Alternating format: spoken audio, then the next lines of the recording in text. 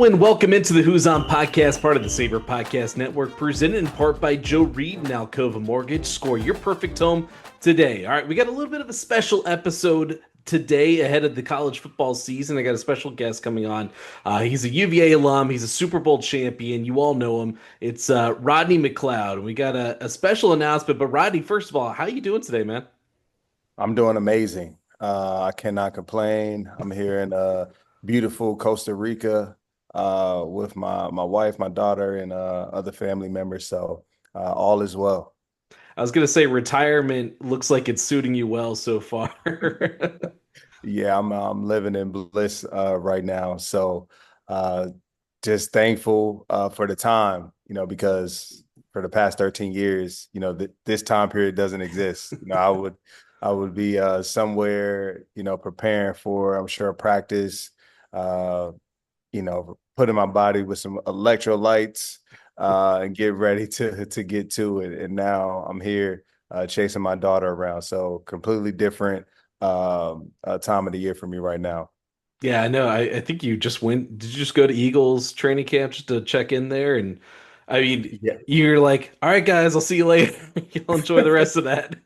Yeah, it kind of was a little strange being on the other side of it, actually for training camp practice, not in any sort of team apparel, but just there as a fan, supporter of the organization. And it's always, good going back to the Eagles. A lot of people there in a building that I had a chance to touch, and yeah, it was just a sight to see. It was a good time though. It was a good time.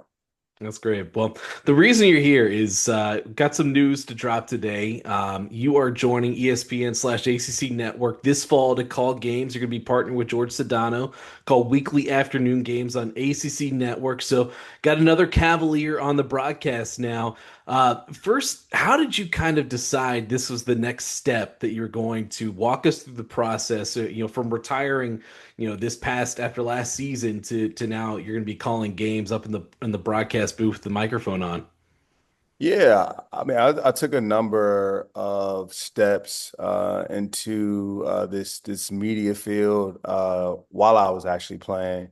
I participated in the NFL, Broadcast Bootcamp, which is a very condensed look into different areas of media, from in studio analyst to color commentary, calling games on radio. And so it was very intriguing for me. And then, after that, I had a number of appearances on different networks. But everything honestly was all in studio that I was preparing for when I did elect to walk away from the game. And so now, an opportunity presented itself to be able to audition with ESPN. And they said, hey, we want to interview him for calling games. And, I had no idea about what it actually entailed, like to actually call a game. But what I did realize was when I did boot camp, it was one of the closest things to actually playing the game. I would say, like outside of being a coach, that really presented itself as a way to put myself into the mind of a player again, and I really enjoyed that. I've always been a huge a film study guru, and all those things have really allowed me to thrive in the game. So calling games again, didn't really see in my future. But here I am. I'm looking forward to storytelling. I'm looking forward to teaching the game, so that again people can see, the sport that I love the way that I do, and more importantly, covering this next generation of talent. Walk me through because I don't think many people see behind the curtains. What is an audition like? Oh, an audition. It's pretty much a simulated version of what you're going to get and in real form. So, we actually went through a game that actually was called last year, but again, no sound is on the tape. And then you pretty much, you're walking through the game, calling it as if, you're seeing it for the first time, what is happening for the first time. You're seeing it for the first time, but it actually is happening. And yeah, and for me, it was the first half of that game. And then after that, series of interviews with staff. And I was on my way. What I guess ahead of this, how are you kind of preparing for your first season? Is it, you talked about, it's so similar to kind of the most similar thing to being a player because you get to do some of that film study and stuff like that. How are you prepping for this year? The way that I'm prepping is familiarizing myself with, all teams within the ACC, and first and foremost, that, starts with, film study for me.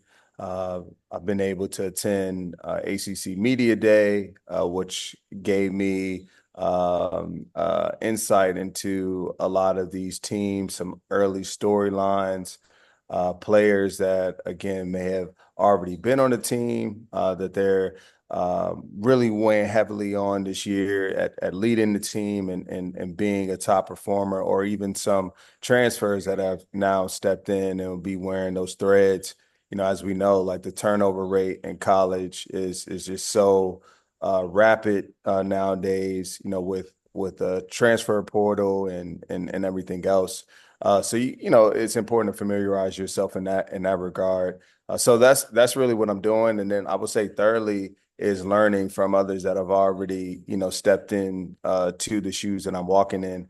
Just listening to games, seeing, how are they calling it in certain situations? Are they looking at the play that just happened, or are they, forward thinking into what can potentially happen the next play, or even down the line? Are they really geared in on like just a situation of what is happening? So there's a lot, but those are probably my three areas that I'm really targeting right now to help me prepare for my first game in August 23rd.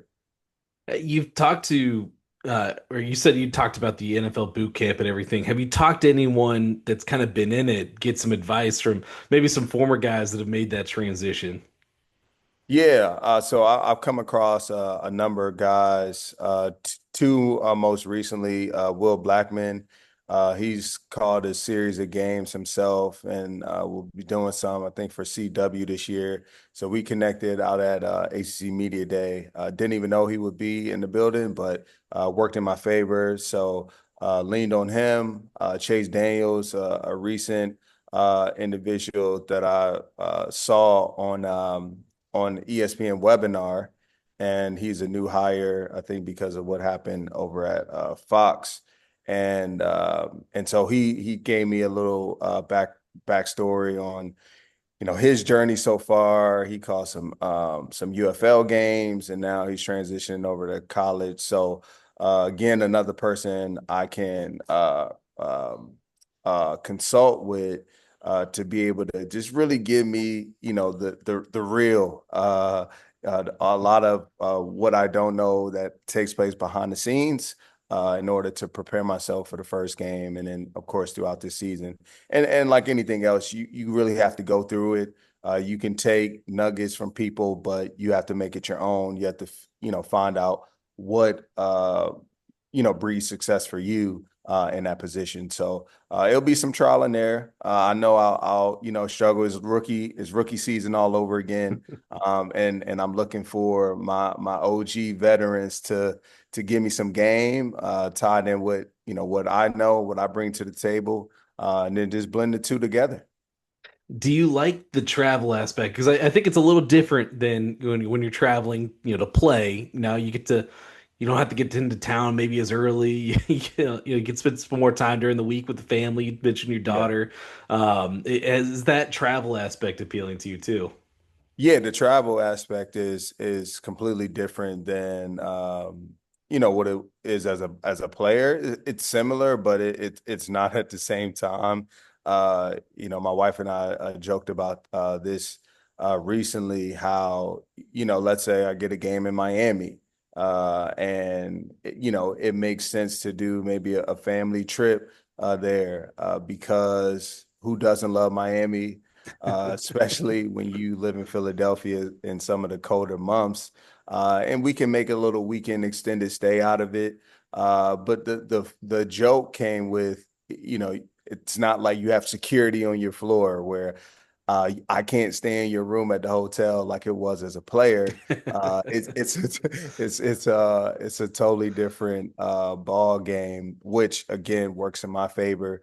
Now as I transition, and I don't know how I got my wife to agree to me being out of the home shortly after I retired on a Friday or Saturday again, because I know she was looking forward to having every weekend available for us to spend time together. But she's my partner for a reason. She gets me, she understands it. And yeah, so gonna look forward to all of what is, I guess, given to me now in this new analyst position as I travel.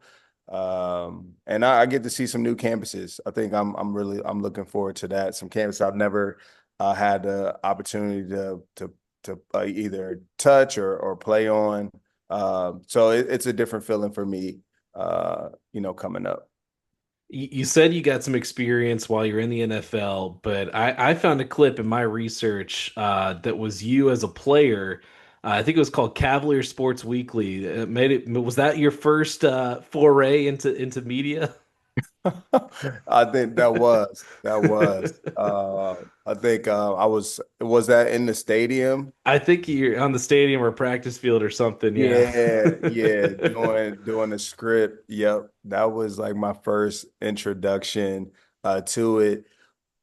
We didn't have communications at UVA, so that was something I was interested in doing.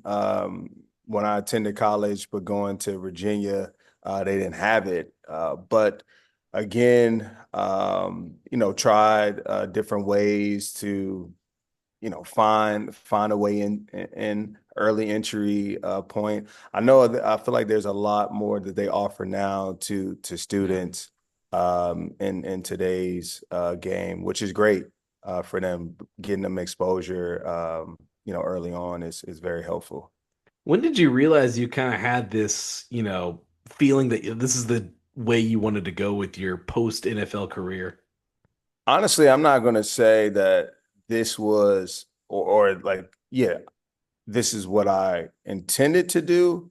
Like I said, I've always enjoyed, telling people's story. I think it's very important to give someone else a voice, maybe who hasn't necessarily considered, again, putting out their story into the world for others to hear and see and absorb in a way. And I find it very fascinating. And so again, like I just started to do little things, and then it started to become real, I would say, when I was maybe on NFL Network for an entire week. And like the feeling that I felt, the feedback that I received, I felt like, okay, like this could be me.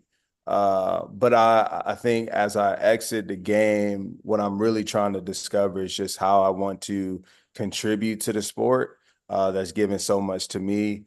That is truly like, my walk of discovery right now. And so this first step is, hey, let's get into calling games. I can't say that I'm going to be in that seat 5 years from now, but I'm going to give everything I have to it right then and there, and I'm going to listen to my heart, and just and follow that, because that's never lied to me. And I know what that feeling feels like when you're in the right place. Like I'm where I'm supposed to be. I'm walking in my purpose. So that's what I'm really trying to figure out is what is my contribution to this game? Is it in the booth, calling a college game? Is it in studio doing something with the pros? Is it coaching? Is it front office? Right now, I don't know. But what I'm going to do is stay present and go ahead and lock in on this rookie season of calling games for ESPN and ACC Network. Well, let's get into the football part of it because you mentioned going to see some new campuses, some new places that you didn't have a chance to play at. Because, Rodney, I don't know if you realize you last played in college in 2011. A lot has changed Long since time. then. Here are the teams that were not in the ACC back then: Pittsburgh, Syracuse, Louisville. Not to even mention the SMU's, the Cals, the Stanfords of the world. Maryland was in the ACC, which I'm sure you Yeah. remember. 17 total teams now. What do you make of this whole new ACC landscape that you're kind of diving into this year? It's exciting. I would say that, and because you do have a very good group of fresh, faces and teams that now has increased the level of competition in the ACC, and that's what you want. You want um, a high volume of competitiveness to bring out the best in every coach, every player that suits up. And I think with the addition to these new teams that you reference, it's really created that environment and that culture now. And so I'm really looking forward to just seeing how things unfold. It could after a while, when you have the same collective groups, it's almost like, okay, it's very predictable, like how things are going to go or how they could end up at the end of the season. Like we never know, but we got a good idea. And I think now, with the SMUs of the world, even Stanford, I'm looking forward to that. Under Frank Wright, that I had the opportunity to meet at a few stops in the league, Philly and Indy. How he can possibly get that team back to what Stanford is known for. Like their standard of play. Bill Belichick, right? UNC, like and then there's so much like NFL, in people that are now stepping into the college world. And so I'm like, again, I am like a little kid right now at the toy store because there's so many new things that, again, like it's going to help the game, and it's going to make it, again, like a very great year to call and to let alone watch all unfold.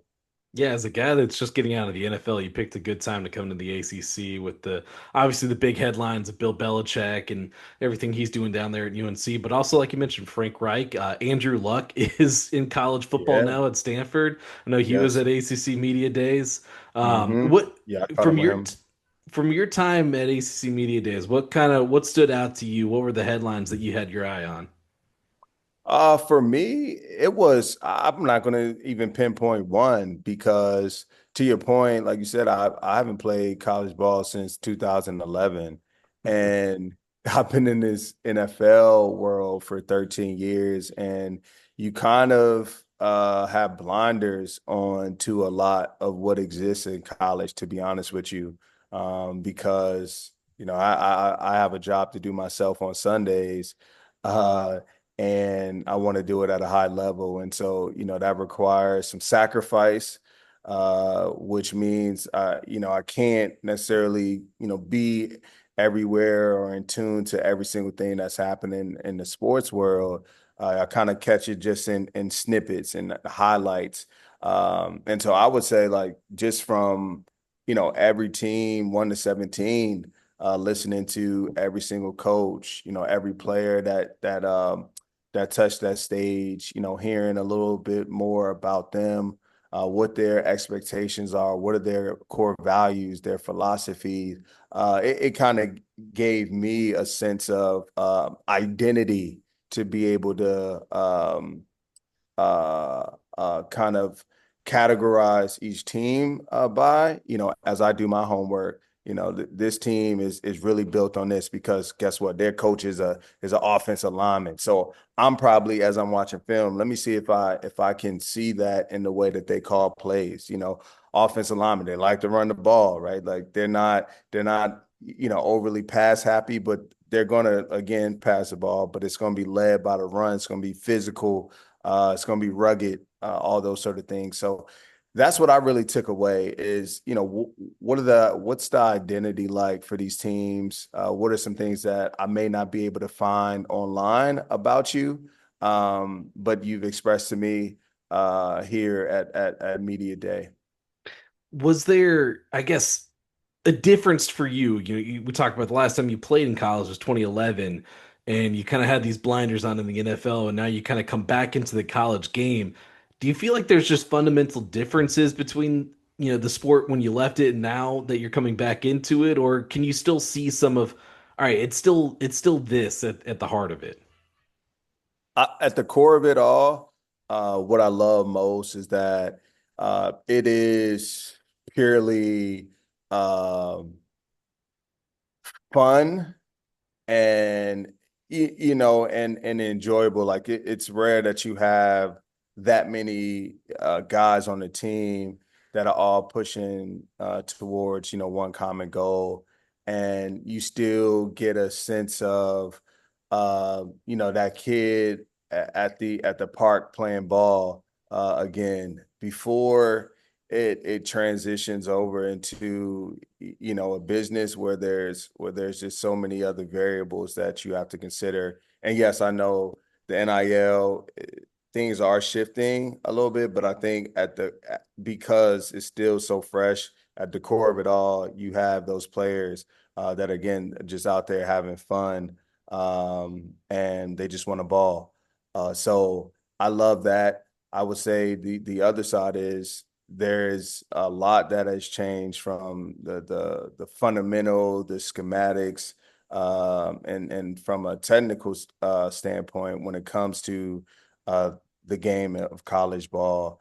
That is what I have quickly identified. You see a lot of similarities of what we're doing in the NFL that are now transitioning into college ball. Whether that's on the field, it's practice structure, like all those sort of things, are happening now, which didn't necessarily exist as much when I say that I played back in 2011. So those are some of the things that I've like identified early on that may be different, but also similar. I know you probably talked to hundreds of people at that ACC Media Days, but were there any conversations that were kind of illuminating, just kind of as you're getting ready to step into this, like maybe some coaches that kind of struck you with something they said? Uh off off top, no, I kind of did a lot of behind the scenes work. Yeah.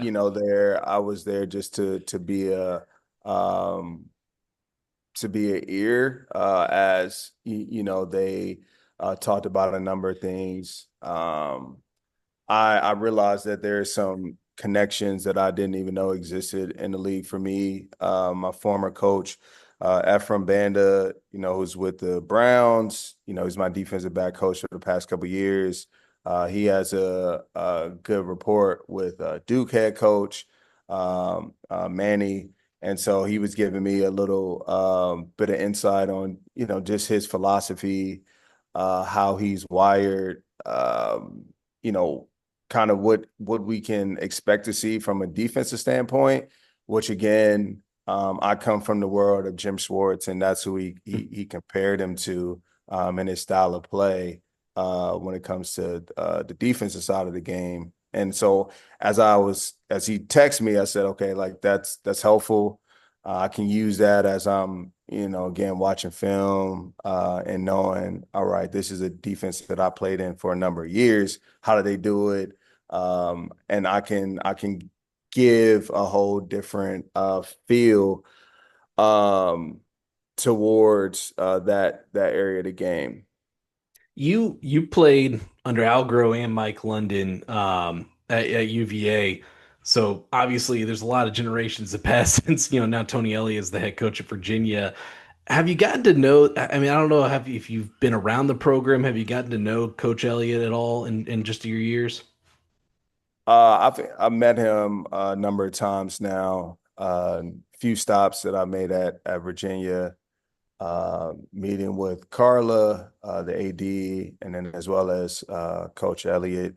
He's a very wholesome man, family oriented, and again, um, comes from a winning culture and is looking to, install that into the Virginia Cavaliers, where I played. And I know it's been a challenge over the years, and he believes now with the help of the portal, being able to, land a good group of guys that fit again, just the mold that they're going for at Virginia under new regime under his leadership, and more importantly, what he spoke about is also the depth that came of that, which we know iron sharpens iron, and depth is forces true competition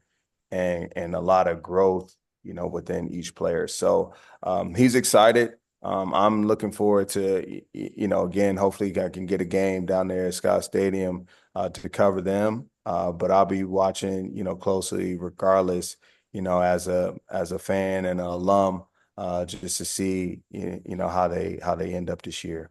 Have you thought about calling a game at Scott Stadium?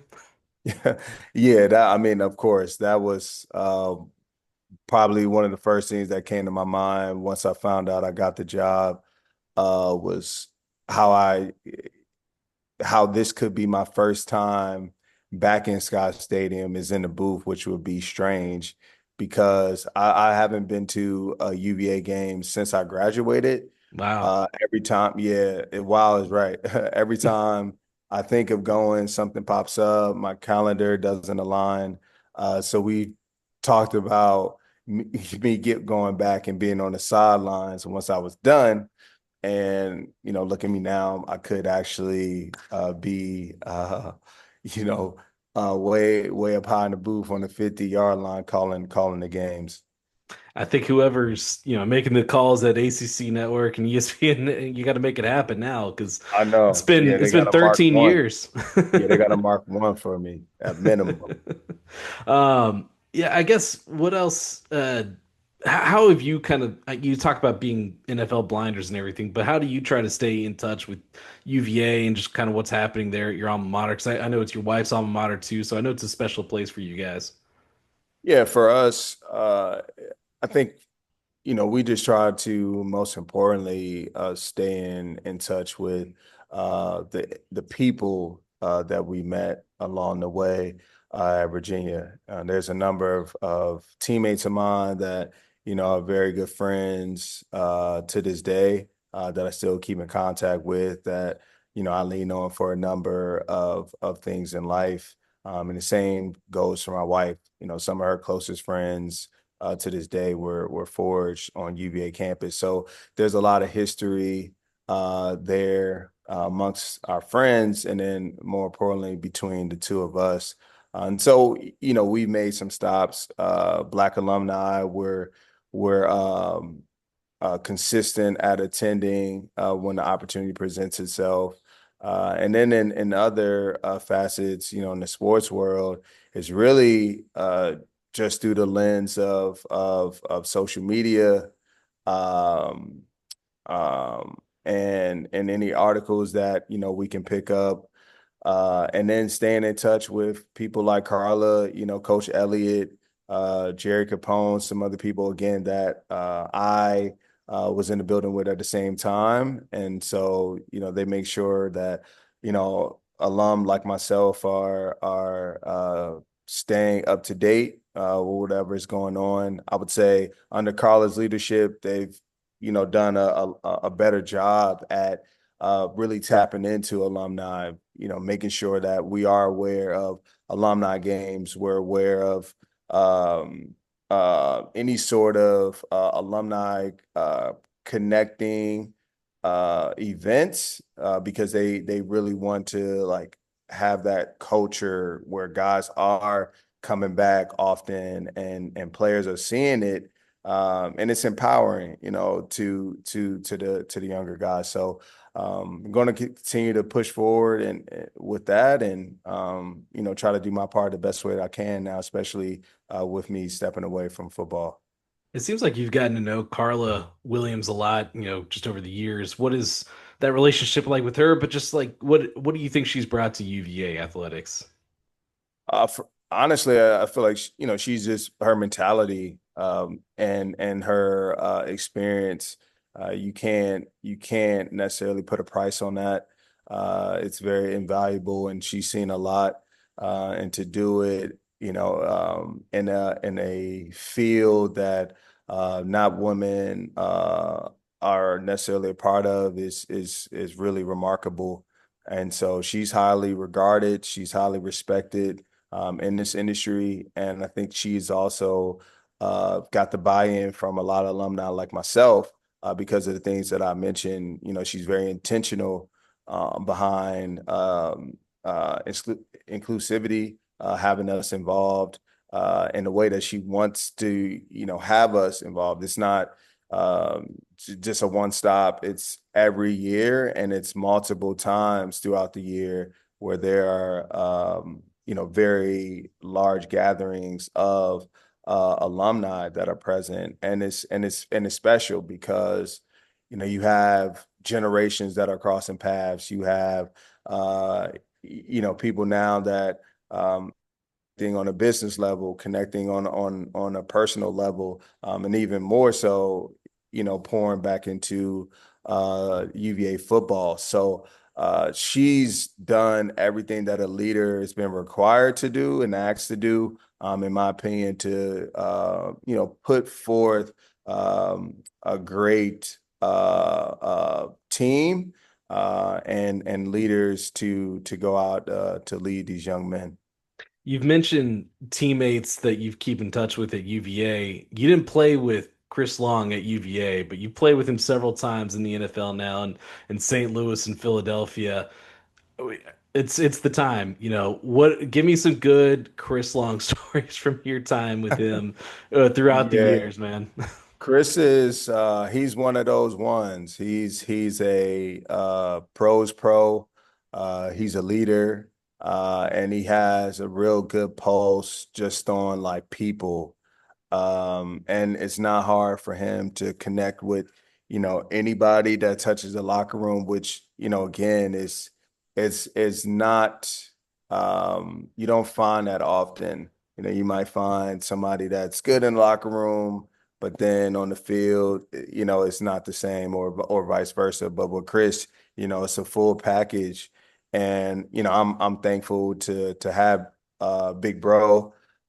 He was one of my older vets in the locker room when I stepped into Chris Long. Stepped into St. Louis.